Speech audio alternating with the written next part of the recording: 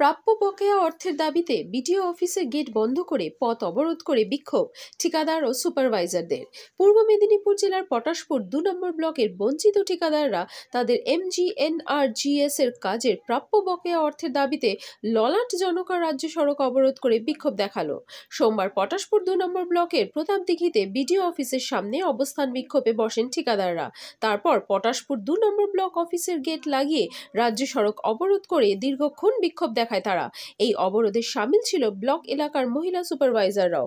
অবরোধ শেষে পটাশপুর ২ নম্বর ব্লকের বিডিওর কাছে তারা তাদের বিভিন্ন দাবি দাওয়া নিয়ে একটি ডেপুটেশন দেয়। Bureau report, news Bharat 24 hours.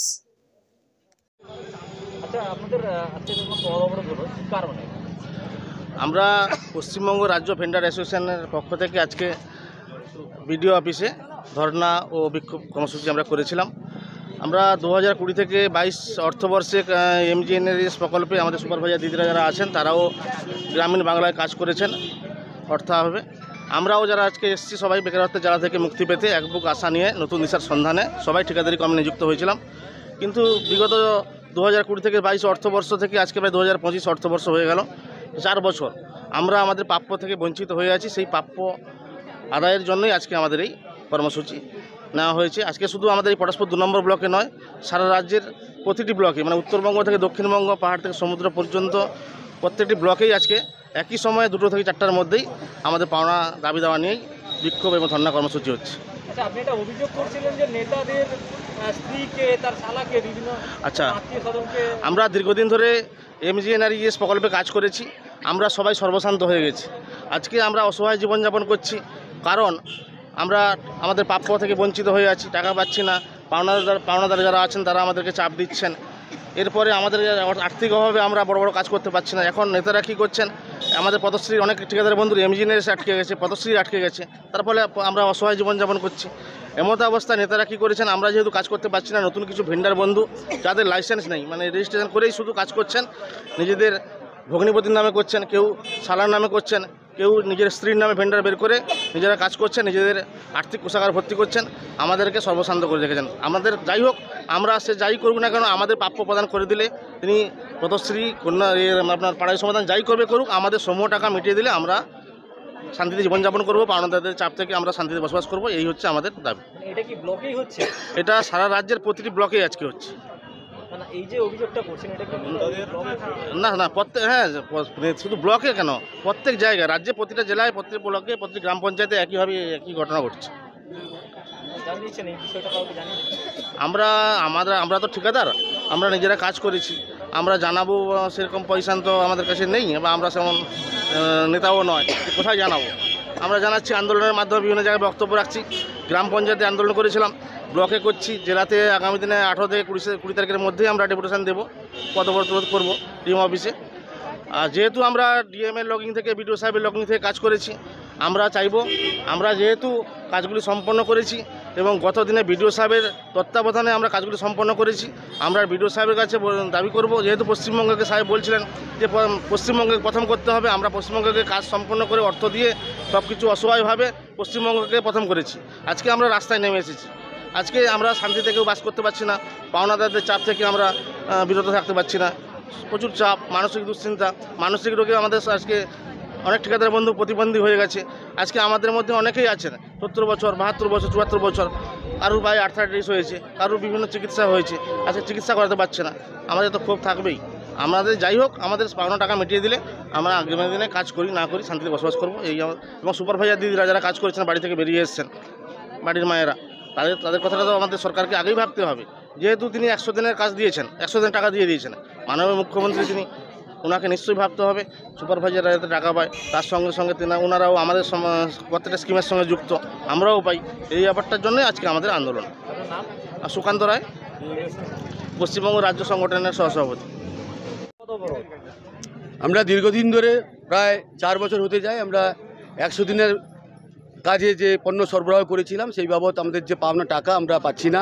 Plus supervisor আজকে জড়ো হয়েছেন, ওনারা একদিকে যেমন ওনারা কাজের পয়সা পাচ্ছেন না, তেমনিভাবে ওনারা কাজ থেকে বঞ্চিত হয়েছেন। ওরা প্রত্যেকদিন সুপারভাইজারের কাজ করে তারা কিছু পারিশ্রমিক পেতেন, সেই কাজ ওনারা পাচ্ছেন না, প্লাস বকেয়া পাওনাও পাচ্ছেন না। আমরা ভেন্ডার্সগঞ্জ যারা পণ্য সরবরাহ করেছিলাম 100 দিনের কাজে, বিভিন্ন উন্নয়নমূলক কাজে, ঢালাই রাস্তা বলুন, ব্রিজ বলুন, বনসৃজন, প্রত্যেকটা কাজে আমরা যে পণ্য সরবরাহ করেছিলাম সেই সকল পণ্য সরবরাহের মূল্য লক্ষ লক্ষ টাকা, আমাদের হকের টাকা, আমাদের ঋণ করা টাকা, আমাদের অপরের কাছে ধার নেওয়া টাকা, সেই টাকা আমরা পাচ্ছি না। তার দাবিতে আজকে আমরা এখানে অবরোধ করছি। আমরা 2টো থেকে এখানে ধর্ণা মঞ্চে বসছি। আমরা প্রতীকী ধর্মঘট 15 মিনিটের জন্য করেছিলাম। ধর্মঘট এই মুহূর্তে শেষ হয়েছে। আমরা এরপরে বিডিও সাহেবের কাছে যাব আমাদের দাবি দেওয়া নিয়ে। আপনাদের দাবিগুলি না মানা হলে আগামী দিনে আমরা আরও বৃহত্তর আন্দোলনে যাব। আগামী দিনে আমাদের জেলা অফিসে ডিএম সাহেবের সামনেও ধর্ণা মঞ্চে বসার সম্ভাবনা রয়েছে এবং কলকাতার রাজপথেও আমরা গত দিনে নেমেছিলাম। আগামী দিনে আরও বৃহত্তর আন্দোলনের মাধ্যমে রাজপথে নামব। প্রয়োজন হলে আমাদের পরিবার স্বজন নিয়ে আমরা এই বিডিও অফিসের সামনে বা ডিএম অফিসের সামনে আমরা আমরণ অনশন করব। এই দিকে আমরা প্রস্তুত আছি। কেন দেওয়া হচ্ছে না আপনাদের টাকা বা কারা দিচ্ছে না? এটা বাস্তবে বিভিন্ন রাজনৈতিক দল তাদের নিজেদের রাজনৈতিক স্বার্থ চরিতার্থ করার জন্য রাজনৈতিক খেলায় মেতে উঠেছে। রাজ্য সরকার থেকে কেন্দ্র সরকার, তাদের দুজনের লড়াইয়ের পরিপ্রেক্ষিতে আমরা মধ্যবর্তী যারা ভেন্ডার্স এবং সুপারভাইজার রয়েছি আমরা আমাদের পাওনা টাকা পাচ্ছি না বলে মনে করি। কতটা সমস্যার মধ্যে আছেন টাকা না? সমস্যার মধ্যে কতটা আছি আপনারা যদি আমাদের কাছ থেকে পুরো তথ্যটা নিয়ে থাকেন তাহলে দেখবেন ইতিমধ্যে আমাদের উত্তরবঙ্গ থেকে দক্ষিণবঙ্গ প্রায় 10 জন ঠিকাদার মারা গেছেন। বিগত দিনে আমাদের এই শ্রীরামপুর পঞ্চায়েত অঞ্চলের একজন ঠিকাদার মারা গেছেন। আজকের দিনে দাঁড়িয়ে ময়নাগুড়ির একজন ঠিকাদার এবং আমাদের রামনগর ব্লকের একজন ঠিকাদারও মারা গেছেন। অর্থাভাবে তাদের চিকিৎসা না করাতে পেরে মারা গেছেন এবং বহু ঠিকাদার আত্মহত্যাও করতে বাধ্য হয়েছেন। এবং বর্তমান পরিস্থিতিতে আমরা বহু ঠিকাদার এরকম পরিস্থিতিতে আছি, হয় আমাদের ঘর ছেড়ে পালাতে হবে, না হলে আত্মহত্যা করতে হবে। এরকম পরিস্থিতির মধ্যে আমরা বেঁচে আছি। আমাদের টাকা পাওনা টাকা দিয়ে দিলে আমাদের সমস্যা মিটে যায়। আমরা আশা করি পাওনাদারদের টাকাগুলো মিটিয়ে দিয়ে আমরা স্বাভাবিক জীবনযাপন করতে পারবো। আমার নাম প্রশান্ত মাইতি, আমাদের জেলা ঠিকাদার ইউনিয়নের আমি সহ সম্পাদক। নাম? দীপালি মাইতি। কি কাজের সঙ্গে যুক্ত আছেন আপনি? 100 দিনের কাজে সুপারভাইজারের কাজে নিযুক্ত আছি, কিন্তু আমরা ওই সকাল বিকাল দুবেলায় টাইমে আমাদেরকে কাজ করিয়ে নিয়েছেন যথাযথ। সেই রোদে তুলে আমরা কাজ করেছি, কিন্তু আমরা একটা টাকাও পাইনি। কেন পাননি? পাইনি এই যে রাজনৈতিক খেলা, কেন্দ্র সরকার রাজ্য সরকার দুজন মিলেই এই কাজটাই করেছে। এখন কে যে সঠিক করছে সেটা আমরা এখনো পর্যন্ত বুঝতে পারিনি। আজকে আপনারা পদ অবরোধ করলেন, কি দাবি নিয়ে? এই 100 দিনের কাজে যেন আমাদের হাতে যথাযথ টাকাটা উঠে আসে, আর এইদিকে আমরা 100 দিনের কাজ থেকে বঞ্চিত আছি, সেই কাজটা যেন আমরা পাই। এই দাবি যদি না মানা হয় আপনাদের আগামী দিনে কি করবেন? আগামী দিনে আমরা এইরকম ধারণা দেব। বিডিও অফিসে আজকে করেছি, এরপরে এসডি অফিসে যাব, তারপরে দেখব কলকাতায় গিয়ে আমরা কি করতে পারি। মূলত কার বিরুদ্ধেই অভিযোগ বা পথে নামলেন আপনারা? এটা কেন্দ্র সরকারের বিরুদ্ধেই পথে নামা, কারণ উনি রাজনৈতিক খেলা খেলেই আমাদের টাকা পয়সাগুলো বন্ধ করে দিচ্ছে। কতদিন ধরে আপনাদের পয়সা বা কাজ পাননি, বন্ধ রয়েছে? 3-4 বছর এরকম আমাদের টাকা পয়সা সব বন্ধ হয়ে আছে। কি সমস্যা পড়ছেন? পড়ছি বলতে বাচ্চাদেরকে ঠিকঠাক জায়গায় নিয়ে যেতে পারছি না আমরা। টাকা পয়সা এখানে অনেক আটকে গেছে, ঠিকাদারদের টাকা পয়সাও আটকে গেছে। আপনার নাম? দীপালি।